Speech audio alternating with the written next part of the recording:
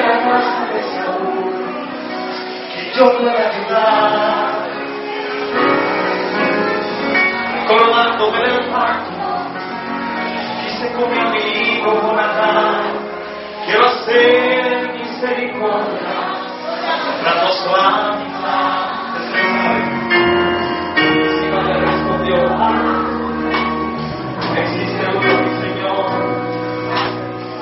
camino de mar, tierra de tristeza y oro, donde nada, la miseria se hará. Es una tierra sin sueños, lugar de amor.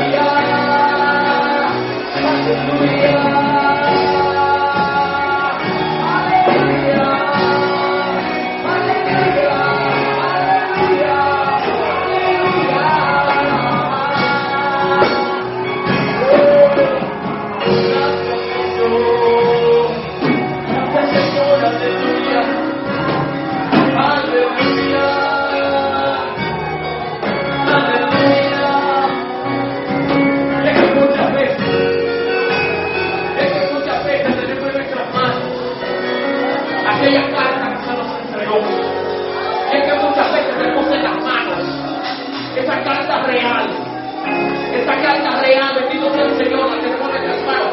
Y esta carta te dice, tú no eres un invitado. Tú no eres un invitado. Tú perteneces. Muchas veces entramos por la casa y nos sentamos y tenemos pendiente en nuestra cabeza, bendito sea el Señor, aleluya, que somos invitados. Nosotros no somos invitados, somos hermanos de nuestro Señor Jesucristo. Estamos sentados a la mesa con Él, comemos con Él, nos ponemos sus vestiduras, bendito sea el Señor, aleluya, porque heredamos el reino juntamente con Él, aleluya.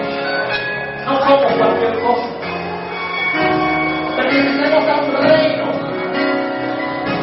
somos de sangre real, aleluya, sangre derramada en la cruz del Calvario. Esa sangre la que nos pertenece, por ella hemos sido llamados, y esa sangre nos da derecho a nosotros, bendito sea el Señor, a ser del linaje escogido por Dios. Nosotros somos linaje escogido por Dios. ¿Qué sangre llevamos? La sangre de nuestro Señor Jesucristo. Dios le bendiga.